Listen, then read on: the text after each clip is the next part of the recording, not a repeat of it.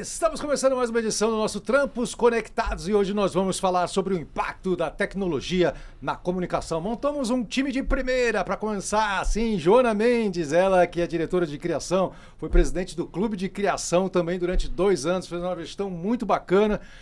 Primeira mulher negra presidente do Clube de Criação, palestrante do Festival de Cannes também. Muito obrigado pela sua presença, Joana. Obrigada a você pelo convite. Temos nosso fiel escudeiro Max do Viva E, acelerando a capacitação dos jovens brasileiros para entrar no mercado de trabalho nacional.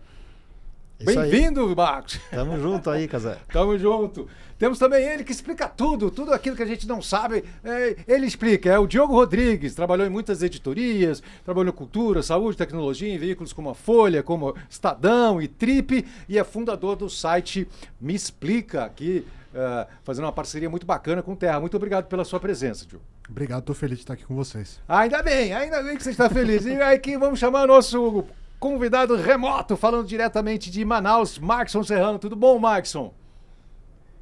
Tudo bem, é uma honra estar aqui também com vocês, direto de Manaus. Aí vamos estar nesse momento juntos. Sim, muito legal. Muito obrigado pela sua presença. Ele que é podcaster da Rádio Suma Uma, também tem o podcast Pavolagem, onde ele fala sobre os seres encantados da Amazônia. É um jovem empreendedor social. Em 2016 foi considerado aí um grande destaque pela Rede Laureate e também é professor. Bom, vamos lá, vamos direto à nossa conversa. Com os avanços tecnológicos, novas profissões surgiram nessa área de comunicação. Tem o social media, tem o podcast, como o Maxson, tem produtor de conteúdo e por aí vai. Como é que a tecnologia impactou a sua área de atuação? Vamos começar por você, Joana, que trabalha com criação, publicidade, propaganda. Como é que a tecnologia está impactando a sua área? Acho que a gente tem momentos, né? A gente pode falar, né, de antes desse ano. Sim. Então a gente tem, né, social media, a gente tem meios digitais, publicidade em outros meios, falando no YouTube, falando de diversas maneiras. E a gente tem esse ano, né, com o advento da inteligência artificial, que mudou completamente a maneira com que a gente trabalha. Então, facilitou muitas coisas no trabalho. Então, se eu quero falar, eu quero o Casé sentado bebendo um negocinho numa caneca, mas eu não consigo fazer essa foto, consigo pedir para a inteligência artificial através de um comando para que ela faça isso. Uma loucura. A gente viu isso no comercial da Elis Regina também. Exato, né? Exato. Mas é um bom ponto. A gente tem essa linha muito ainda borrada do que é direito autoral, do que é propriedade intelectual, como é que a gente usa isso, se a publicidade vai continuar fazendo isso dessa maneira, se vão ter regulamentações. Então, a gente está num momento um pouco delicado, assim, apesar de ser uma ferramenta muito útil no dia a dia. Uhum. Você, querido Diogo, que é um rapaz jovem ainda, mas já trabalhou na mainstream da mídia, né? Já. Folha, Estadão e tal, não sei o quê. Qual é o impacto que você percebe da tecnologia nessa área do jornalismo? O impacto é enorme, né? Mudou muito, né? Em vários sentidos a profissão do jornalista. Tanto no que você tem que fazer, quanto nas capacidades que você tem. Então você pensa que antigamente um repórter ele só escrevia o texto e mandava. Hoje em dia ele tem que saber mexer num administrador de conteúdo, porque muitas vezes o texto dele vai para um site. Muitos repórteres hoje em dia sabem fazer vídeo, apresentar vídeo, escrever roteiro para vídeo, tirar foto, fazer filmagem. Então teve meio que uma mini revolução dentro da profissão. E ganham muito mais por isso. A gente é milionário agora. Exatamente. O que teve também justamente foi o acúmulo de funções, como você está tirando sarro, mas é a realidade. Então você tem que fazer muito mais coisas do que você fazia antes. E o salário, se não melhorou, piorou muitas vezes, né? Ou ficou o mesmo ou piorou. Sem falar que o jornalista passou a ser perseguido, né? Assim, o jornalista faz as matérias e é perseguido de um lado ou de outro. Tá bem, é uma profissão perigosa. Isso sempre foi, mas hoje em dia acho que ficou mais fácil com as redes sociais, a gente tá exposto, né? Tá publicando essas coisas nas redes sociais, nos perfis, e as pessoas vêm encher a paciência, xingar, falar besteira, enfim. Então, a gente ficou um pouco mais exposto mesmo, isso é real. Uhum. Mas mudou bastante, assim, mudou o negócio do jornalismo, mudou, né? Como a gente ganhava muito dinheiro antigamente com publicidade, né? Vinha da publicidade, e hoje em dia as plataformas de tecnologia que ganham esse dinheiro, então o dinheiro tá secando dentro do jornalismo, porque a publicidade tá com menos dinheiro, então os salários também não crescem mais tanto, e o jornalista faz muito mais funções, né? Apesar de ter muito mais tecnologia para fazer o que ele precisava fazer antes. Ao mesmo tempo, eu acredito que também tem um acúmulo de capital em alguns lugares, assim. Ao invés de, tipo, uma distribuição, o dinheiro está sumindo, mas alguém está ganhando mais esse dinheiro, com certeza. É verdade. Tem follow the money. Temos que correr atrás do dinheiro. Markson, você, rapaz, você que está se beneficiando aí, de certa forma, dessas novas tecnologias, sendo capaz de colocar no ar aí seus podcasts e tudo diretamente de Manaus, você que originalmente uma população ribeirinha ali do Pará, né? Conta pra gente, cara, como é que você vê, na verdade, você me parece, talvez, vendo a ponta positiva aí, com certeza, dessa tecnologia. Tem essa parte positiva, né? E eu estou tentando tirar o proveito dessa parte positiva, como que a gente amplifica nossas vozes, conta nossas histórias a partir da tecnologia, mas ao mesmo tempo eu trabalho com oralidade amazônica, né? Com esse resgate, e as tecnologias estão chegando nas comunidades indígenas e ribeirinhas, e a gente tem um enfraquecimento porque a gente não está tendo essa transmissão de saberes para as próximas gerações. Então, as histórias, o conhecimento que está só na memória das pessoas, eu estou fazendo esse trabalho de registro, mas tem muita coisa sendo perdida, porque está chegando a tecnologia, está chegando a internet, está chegando a energia elétrica, e esses momentos de transmissão estão diminuindo. Então, tem essa força da tecnologia, mas também tem um enfraquecimento nessa transmissão de saberes e da cultura que está muito na oralidade amazônica. Entendi. Muito triste isso que você está colocando, muito importante também a gente ficar alerta com isso. A gente vai voltar a falar sobre isso, sobre o papel da tecnologia na conservação e na memória. Bom, agora a gente vai passar para a parte de consumo de informação, né? O surgimento da internet mudou muitos aspectos da nossa vida, hábitos pessoais. Uma das principais mudanças foi como que a gente consome informação. Antes era rádio, televisão, jornal impresso, revista, e agora, enfim, tudo está no celular, 2 cliques e tal, não sei o que, é uma loucura. Como e onde vocês pessoalmente consomem informação hoje em dia? Vou começar pelo educador, Max. Bom, consumo de informação hoje em dia virou um negócio muito complexo, né? Sim. Qualquer pessoa hoje pode postar opiniões com base em fontes que ela decide da onde vem e a audiência dela define qual é o nível de reputação, de crença, e aí expõe a sociedade para viralizações que podem ser prejudiciais, que podem ser inverdades. A ciência ficou em segundo plano pela velocidade da informação. E, bom, aqui, bons comunicadores aqui à minha volta sabem que uma informação que vaza não dá para pegar de volta. Não desvaza. Não desvaza. Não põe na garrafa de volta. Então eu acho que tem esse fator que assim, a tecnologia deu velocidade, deu ferramentas, mas o que a gente mais tem que, respondendo a sua pergunta de aonde eu consumo, é escolher quais são os veículos ou quais são as pessoas que falam comigo e que eu dou a reputação para acreditar. Eu acho que esse é o maior desafio que a sociedade tem nos dias de hoje. Certo, e do ponto de vista de hardware, é o quê? No celular, é no tablet, é no computador? Eu gostaria de passar menos tempo em tela e ouvindo pessoas olhando no olho, mas a verdade é que diria que a grande maioria do meu tempo é na frente de uma tela de celular, e a televisão, eu esqueci que eu tenho uma. Joana, como é que você está consumindo informação? Da mesma forma. Eu estava vendo um dado hoje, interessante, né? Estava vendo um dado antes de vir para cá que o brasileiro checa o celular até 78 vezes por dia. 78 vezes? 78. Divide isso por 10 horas, o cara tá 10... Com o celular na mão, assim. Então eu consumo muito pelo meu computador, pelo celular. Eu tenho talvez, assim, minha mãe é cientista. Então, muitas vezes eu fico... eu acho que eu não posso confiar nessa informação. Tem que procurar um artigo científico para ler. Então, eu leio muito artigo científico para comprovação de teses e Legal. E lê no celular mesmo? Leio no celular. A maioria das vezes no celular. Você também? Eu leio bastante no celular, não tem como escapar no computador, mas eu ando tentando resgatar o hábito de ler no papel.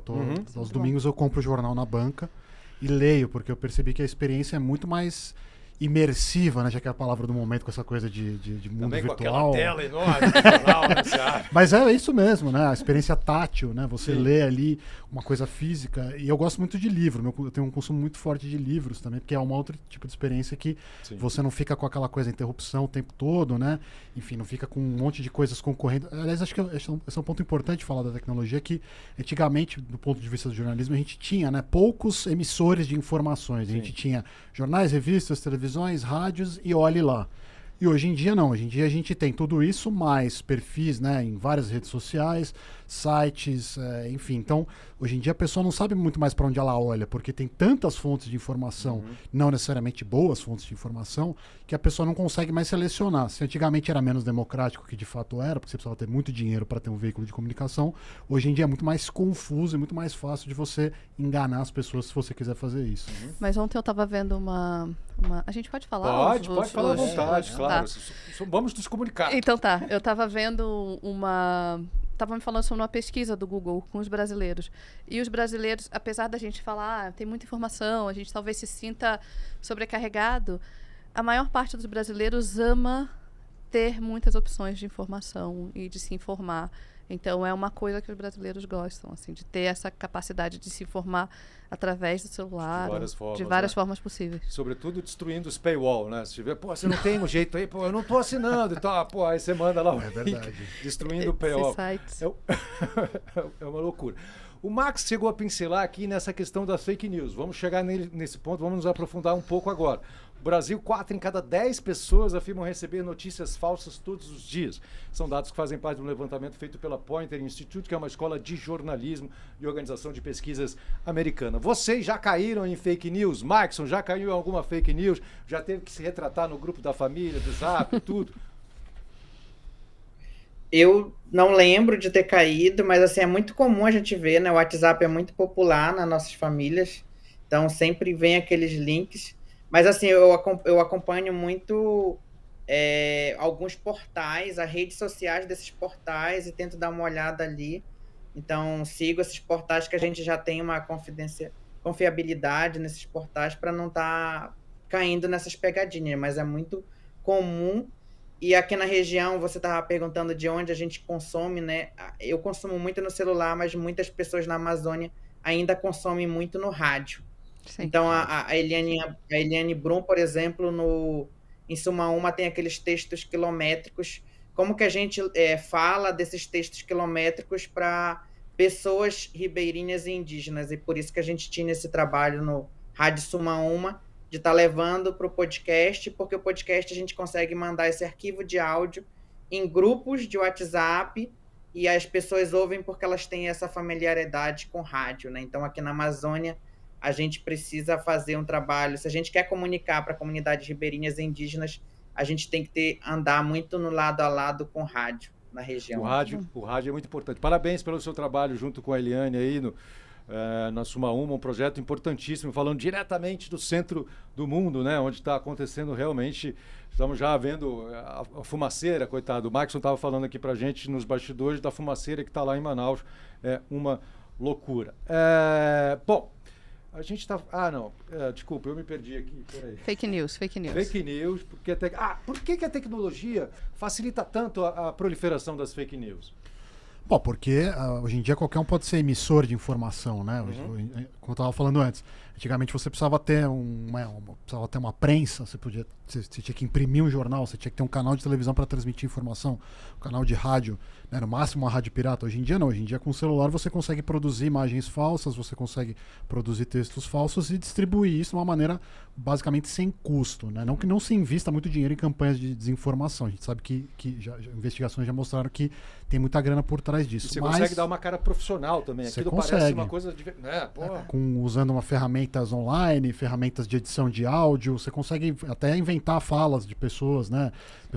Inventar coisas que as pessoas não falaram, inventar imagens que nunca existiram. Então, o custo de você produzir um conteúdo falso ou verdadeiro diminuiu muito, então isso facilitou as fake news. E como é que a gente pode usar a tecnologia, né, o feitiço contra o feiticeiro, como é que a gente pode usar a tecnologia para combater essa proliferação de fake news? Nossa, acho tão difícil. Acho que vocês podem ter essa... Porque para mim tem um lugar da fake news que é essa vontade de pertencimento, né? Então você está no mesmo grupo que todo mundo e aí você espalha isso para as pessoas que pensam da mesma maneira que você. E chega ali e você quer ser o primeiro a botar no grupo. Você quer ser o primeiro, né? Você quer mandar para todo mundo. Você nem checa, não lê. Eu acho que... E aí vamos, né? Para mim tem um trabalho talvez por trás que é uma educação crítica geral, assim. Uma educação midiática. Midiática e crítica para você olhar para aquilo e falar, eu acho que isso não é verdade, eu acho que isso é mentira, eu vou procurar outras fontes. mas a gente sabe que muitas vezes isso não vai acontecer. Então, para mim, a base seria educar as pessoas para ter um pouco mais de senso crítico, para que entendam que aquilo ali não é verdade, que aquilo ali é mentiroso, que não vão passar para frente, né? Joana jogou a responsabilidade no educador aí, Max. Muito bem, mas eu acho que todo ciclo de transformação acelerada, que nem esse que a gente está vivendo no mundo da comunicação, ele é pendular. E a gente está num extremo que hoje existe o medo de não ser o primeiro a ler e replicar uma novidade, né? Você estava perguntando. Eu repliquei a morte do Mike Tyson uma vez, né? Foi? Eu recebi, eu sou um grande fã, e aí eu recebi, falei, não acredito, ele morreu. E na hora que eu fui ver, eu já tinha mandado para um monte de gente, né? Ele não tinha nada a ver, era uma bobagem. Mas eu acho que a gente tem que passar por um processo de aprendizado, de fazer a nossa própria curadoria do que a gente vai optar por ler e seguir e acreditar. Nesse momento, essa overdose de comunicação, essa aceleração dos canais e de quem são os influenciadores e de quem são as pessoas que hoje possuem audiência, está descontrolado. O processo de reeducação da sociedade é trazer de volta reputação, trazer de volta crença nas informações e trazer de volta a opção de ler algo que é relevante versus ler algo que é simplesmente recreativo ou entretenimento e que você não vai levar a sério. Nesse momento, todo mundo está tentando buscar o como escolher o que você vai acreditar, né? Eu acho que tem uma questão, assim, que se você olhar para a história do jornalismo, se você olhar no transição do século XIX para o século XX nos Estados Unidos, né, quando tinha aqueles tabloides, os famosos tabloides do Pulitzer e do Hearst, que foram, né, os jornais que eles criaram para os primeiros jornais para as pessoas consumirem, né, no seu dia a dia. Sensacionalistas, né? Jornais sensacionalistas. Naquele momento, a ideia deles, o jornalismo ele ainda não tinha se profissionalizado como ele se profissionalizou depois, ao longo do século XX, né? Você ainda tinha uma coisa assim de vender o jornal por vender, não para vender boas informações. Aí, depois que foi se criando um consenso a respeito de qual era o papel do jornalismo, né, na sociedade, para que ele servia, como ele podia ajudar. Até por isso, depois o Pulitzer criou uma escola de jornalismo que hoje em dia é a escola da Columbia, né, da Universidade de Columbia. E tem um prêmio, enfim, de jornalismo que premia os melhores do mundo. Então, acho que também a gente está nesse momento, eu concordo com o Max, eu acho que a gente está no momento também de redefinir as prioridades e como sociedade dizer assim, como é que a gente opera isso, né? Como é que a gente pega essa massa de informação e diz de novo o que é jornalismo, o que é importante, quem vai dizer as coisas, né? Quem é legítimo para dizer as coisas, para dar as informações e quem não é.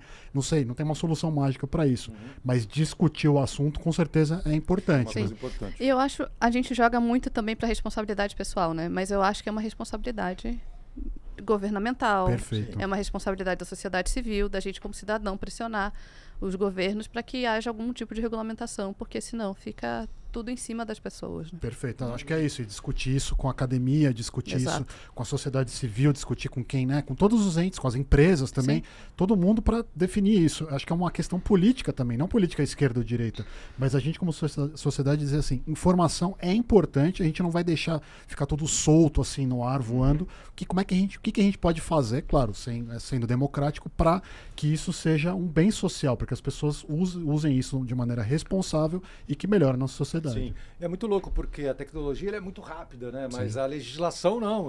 Quando chega um negócio novo, você fala, pô, peraí, você precisa entender o que está acontecendo, né? A gente está vivendo isso com o ChatGPT, que é capaz de produzir um grande volume de conteúdo em questão de segundos. Muitas vezes é áudio, vídeo ou até mesmo copyright, né? Como é que você já está usando já a inteligência artificial nas suas campanhas, Joana? É interessante a gente falar disso, que ontem eu estava ajudando a minha mulher a achar um nome para um negócio dela. E aí você foi lá, fez um prompt? Não, ela queria assim, pensa agora. Eu falei, não é assim que eu funciono, eu vou dar uma volta, vou pensar, e não sei o que. Ela, não, eu vou jogar no ChatGPT. Falei, tá bom, joga no ChatGPT. Ela jogou, aí ela falou, tá aí, você vai ficar empregada por um bom tempo, porque não saiu nada de interessante. Não saiu, Não saiu, aí eu, Ufa. Mas, ao mesmo tempo, é muito usado para que você possa fazer textos mais longos, né? Eu uso quando eu preciso falar de uma maneira, por exemplo, eu trabalho numa multinacional, então tenho que mandar e-mail muitas vezes em inglês, eu falo, por favor, coloque esse e-mail de uma forma mais educada. E aí ele vai e ele coloca de uma forma mais educada. Eu uso dessa maneira. Eu acho muito difícil usar como produção de texto. Porque já houve uma série de vazamentos, né, de dados Sim. sensíveis. Que É você muito sobe fácil. lá e fica na memória, E fica né? lá, e aí acaba que uma empresa descobriram um segredo de empresa através de um vazamento. Então, é fácil, né? Eu posso colocar ali, faz para mim um texto sobre o Cazé, sobre o não sei o que, ele vai fazer, e se ele faz também, vai sair o mesmo texto. Então, tem uma dificuldade para mim nesse lugar de autoral. Então, eu uso muito mais como uma ferramenta de me ajuda aqui a fazer tal coisa, mas rolam umas conversas que, talvez não vai mexer tanto assim no futuro do trabalhador, mas eu sempre acho que vai interferir um pouco. Eu também acho, assim, e a gente não consegue nem imaginar, assim, os desdobramentos. Max, vocês estão usando aí inteligência artificial? A gente já está começando a pensar sobre isso, né? Principalmente porque a inteligência artificial, por conta dessa facilidade, ela também permite que a gente trabalhe mais rápido na produção, que a gente consiga tirar possíveis ruídos nessa produção de podcast, mas a gente está pensando também... ruídos que você está falando não é ruído de comunicação, é ruído de verdade, né? Você passa ali a gravação para tirar ruídos que atrapalhem a voz da pessoa. Isso é genial. Isso, ruído de verdade mesmo, sons que a gente quer tirar. E também a gente está pensando em usar inteligência artificial para tradução de nossas vozes para outros idiomas, né? Como que a gente fala para quem não fala português, né? Como que a gente fala de Amazônia para quem não fala português. Então, eu acho que a gente precisa pegar toda essa força da inteligência artificial para estar trazendo para as nossas linguagens e para usar ao nosso favor, né? Porque a gente já sabe que tem muita gente usando para o desfavor. Sim, para atrapalhar. E isso que você falou é muito legal, porque você pode inclusive usar a sua voz para falar inglês, para falar alemão, para falar chinês, para falar a sua voz, a voz do Maxson. Isso é muito bizarro. Você que é o Me Explica. Pô, o cara é o Me Explica, meu. Já deu aquele frio na barriga e disse, caramba, eu vou perder minha posição pro ChatGPT. Porque você vai lá, ChatGPT, me explica aí como é que funciona, não sei o que lá. Claro, dá um medo, né? Você fala, e explica mesmo, algumas coisas ele sabe explicar. Mas é interessante isso para falar do Me Explica, mas do jornalismo de uma maneira geral. Eu tava pensando nisso, né, quando eu tava vindo para cá, pensando assim, qual que seria a diferença, né, de uma ferramenta dessa para o jornalismo. E assim, tem algumas... Eu não entendo muito bem a parte técnica, mas pelo que eu estudei a respeito dessas ferramentas é que eles funcionam em cima de uma base de dados, né? Você tem que alimentar aquilo de alguma maneira. Sim. E toda a base de dados, ela é escolhida, né? Alguma pessoa tem que escolher. Então começa por aí. Tem um então, viés, assim, né? Tem um viés. E esse viés está dado, né? Enfim, quem escolhe, que dados entram ali, que dados não entram. Sempre vai precisar de uma pessoa para checar aquilo, para ver se aquilo está, digamos assim, abordando todos os aspectos que precisa abordar de fato, se tem todas as fontes de informação que precisam ter, se aquilo, né, o estado da arte, né, se tem as informações mais recentes. Então, e mesmo quando eu assinei o ChatGPT Plus para testar a navegação na internet, e você vê que mesmo navegando na internet ele não consegue pegar certas nuances. Então, assim, eu acho que para o jornalismo e para o Me Explica, ele pode até ajudar de algumas maneiras, mas eu acho que o cidadão precisa entender que não vai dar uma resposta perfeita. Ali pode ser um começo de uma explicação, mas que um jornalista tem uma capacidade muito maior e por definição da profissão dele, ele vai checar aquelas informações para ver se está tudo certinho. Se não está faltando alguma coisa, enfim. Então, tem uma limitação, né, nessa ferramenta também. Mas tem a possibilidade de usar, como você falou, para pesquisa, né? Você pode subir um PDF lá, um livro, todo o livro. Exato. E aí você fala, por favor, faça um resumo em 10 tópicos. Ai, não gostei do tom. Muda o seu tom, pode ser mais educado. Será que as pessoas vão ficar mal educadas, vão ficar sem saber como escrever por causa de uma inteligência artificial? Porra, que merda! Põe esse troço aí, esse relatório aí, o ChatGPT, por favor, coloque. Claro, está aqui para você. Mas os dados deles foram atualizados a última vez em 2021, né? Tem isso também. No chat sim, né? Mas tem outros que usam uma base que é regenerativa. O Plus já está abril de 2023, a versão paga, que é o 4.0, né? Já está em abril. O que é interessante disso que você está falando é que, assim, as tecnologias elas vão transformar a vida do comunicador, do profissional comunicador, seja o publicitário, seja o educador, seja o jornalista. Essas novas tecnologias vão transformar essa profissão. Muita gente vai ficar com medo de falar o que eu sabia fazer não vai servir mais, porque uma tecnologia vai substituir. Muita gente vai fazer isso que você fez. Deixa eu entender a tecnologia e ver aonde a criatividade do ser humano, e a criatividade no sentido de poder criar algo novo, vai ter um papel. E isso vai criar novas profissões. E a gente vai ter que ter a cabeça aberta de falar, o jornalista como ele era, o publicitário como ele era, talvez ele vai ter que se reinventar. Mas a tecnologia ela vai ajudar a criar esse novo publicitário, esse novo jornalista, em vez de substituir. Né? E é aí que está a transição, a beleza dessa transformação. Né? Sim. Diogo, você estava falando sobre o papel do jornalismo, sobre a definição do papel do jornalismo, que basicamente a gente poderia falar fiscalização das instituições, né? Tentar proteger as pessoas que sem fala, sem lugar de fala, enfim, tentar fiscalizar mesmo como é que está funcionando o legislativo, o judiciário, o executivo, né? Para impedir que pessoas do poder, enfim, acabam oprimindo as pessoas que não têm o mesmo poder. Tem um dado que foi bem interessante, revelado recentemente pela divulgação do Atlas da Notícia, dizendo que 26 milhões de brasileiros, vivendo em 2.712 cidades, não têm qualquer veículo de comunicação local. Quer dizer, como é que a gente pode escalar experiências como a sua de sucesso, Markson, para fechar esse gap no nosso país? Imagina só, mais de 2.700 cidades sem um veículo de comunicação local, sem ninguém fazendo esse tipo de fiscalização dos mais poderosos. Você tem uma experiência positiva aí. Como é que você imagina que possa ser possível a gente escalar esse seu sucesso para talvez tentar cobrir esse gap, né? São os chamados desertos de informação, né? Desertos de a informação. A gente vê muito aqui na região norte, mas eu venho de uma iniciativa de uma ONG que fez um trabalho dessa comunicação popular, né? Eu vim de comunidade ribeirinha e uma ONG chamada Saúde e Alegria tinha uma rede mocoronga de comunicação popular. E aí começou essa vontade, essa paixão pela comunicação. Depois eu decidi fazer jornalismo. Então a gente precisa de políticas públicas, né, para garantir que esses gaps eles diminuam ou eles deixem de existir, para que a gente tenha as pessoas das suas regiões fazendo comunicação, né?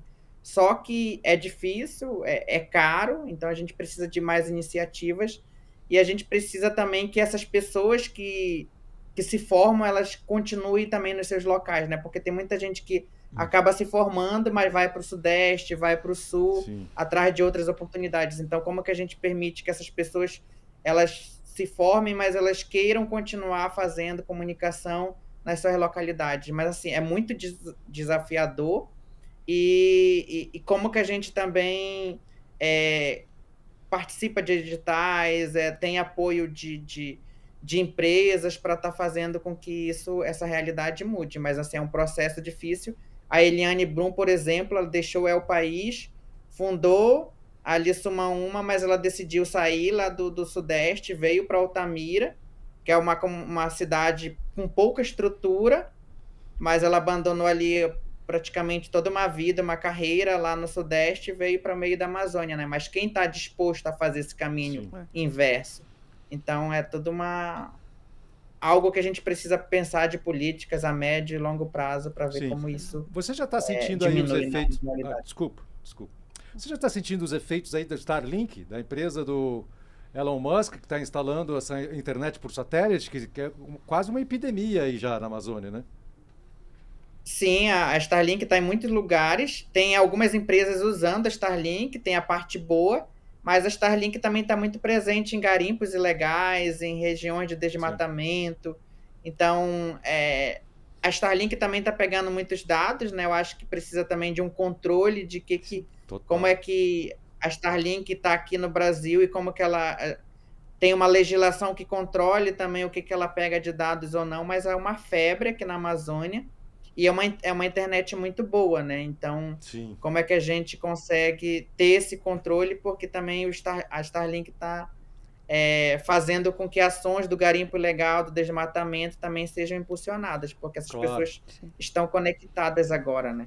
Sim, isso é muito difícil, porque voltando àquela questão, que a tecnologia anda muito rápido, mas como é que você educa as pessoas? Então, você tem, de repente, pessoas saindo de uma dificuldade de comunicação extrema para o mundo inteiro, de repente, né? Através do Starlink, acessando a internet, sem a educação, sem a capacidade eventual de você ter um espírito crítico com relação a essas coisas. Infelizmente, estamos quase chegando no final, é a reta final, na verdade. Pois é muito rápido tudo, aqui é uma loucura. É a tecnologia.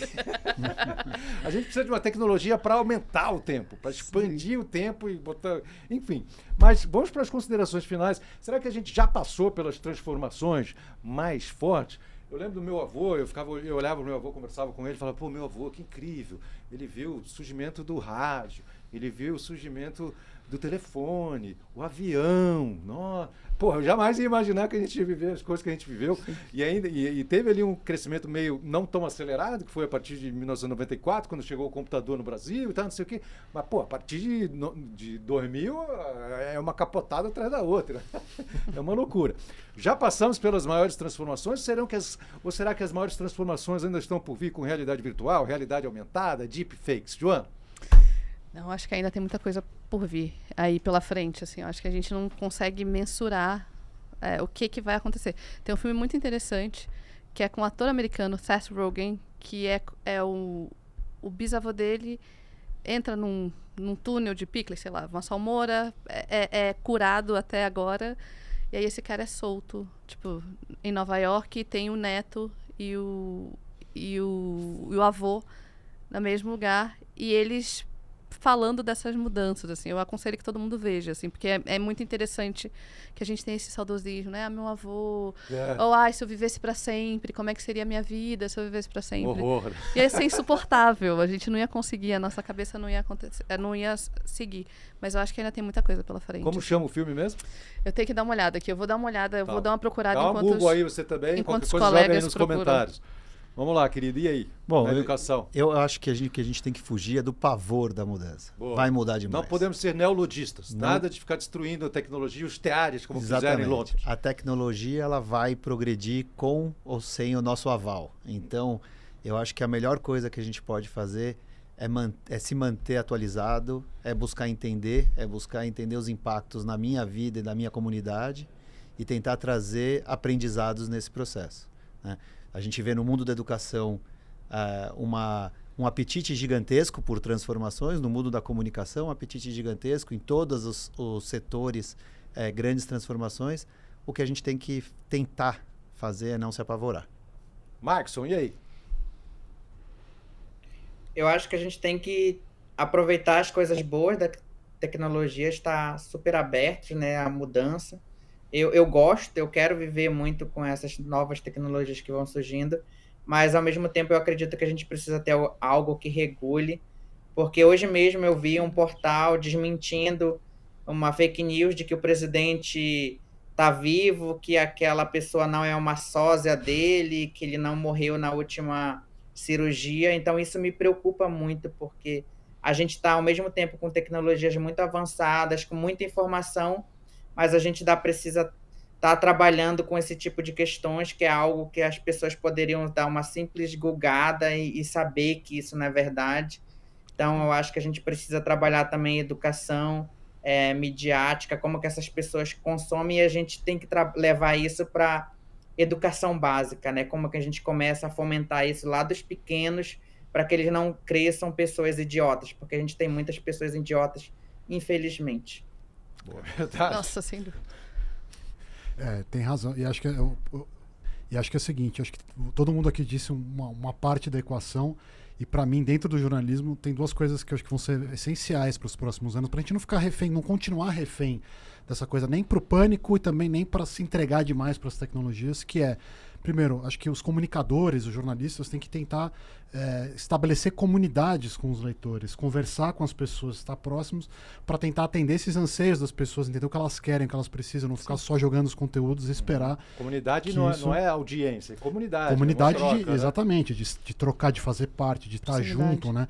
E os veículos locais, mais próximos das cidades pequenas, talvez estejam numa posição privilegiada para fazer isso, né? O pessoal que não é aqui dos grandes centros, que estão acostumados com esses veículos gigantescos. E outra coisa que, para mim, dentro do jornalismo vai ser essencial é entender como as pessoas consomem informação, mas no sentido cognitivo mesmo. Eu estou começando a estudar isso, porque eu acho que é importante a gente entender como essas técnicas de desinformação, essas técnicas até de vício, né, que as plataformas usam, como é que a gente pode usar isso por bem, como é que a gente pode criar conteúdos legais, que não dependam das plataformas, que atendam os anseios das pessoas, enfim, uma mistura de entender como as pessoas querem consumir informação, de como elas consomem, né, até neuroquimicamente, assim, digamos assim, e de dar coisas bacanas para as pessoas, né, né, que usem bom senso, que sejam reguladas, enfim. Acho que é uma soma de tudo que a gente está falando aqui hoje. É muito legal, porque, de certa forma, esses desafios de comunicação sempre existiram, só que foram aumentados pela tecnologia. Né? Você pegar um livro, por exemplo, do Patanjali, que fala sobre yoga, tem 3 formas de você obter conhecimento, né? Que é a experiência direta, é a primeira, a segunda é a inferência, né? Você viveu aquilo, então você consegue fazer uma referência daquilo. E a terceira é uma fonte fidedigna. É a fonte fidedigna, né? Pô, a gente está falando de 1.500 anos atrás. Então, a fonte fidedigna é muito importante, né? Porque senão você também destrói o tecido de confiança, né? E aí você acaba não acreditando em nada e aí é o caos. Olha, foi impressionante conversar com vocês, foi muito gostoso. Está passando cada vez mais rápido, não sei o que está acontecendo. Joana Mendes, muito obrigado. Obrigada a vocês. O nome do filme se chama An American Pickle. Picles americano. Um picles americano, para quem quiser entender por que não é tão legal você viver para sempre. Maxson, muito obrigado pela sua presença aqui, querido. Muito obrigado. Se puderem, ouça aí Rádio Suma Uma, o Pavulagem, né, que é o original Spotify, que fala sobre as histórias dos seres encantados. E para terem conteúdo aqui da Amazônia, @opavulagem. Muito obrigado pela oportunidade. Muito obrigado. Meu querido, explica. Obrigado, Cazé. Visitem lá meexplica.com, Me Explica no YouTube. E obrigado aí pelo papo, todo mundo. Muito obrigado também, Max. Valeu, gente. Valeu, até a próxima edição do Trampos Conectados. Valeu.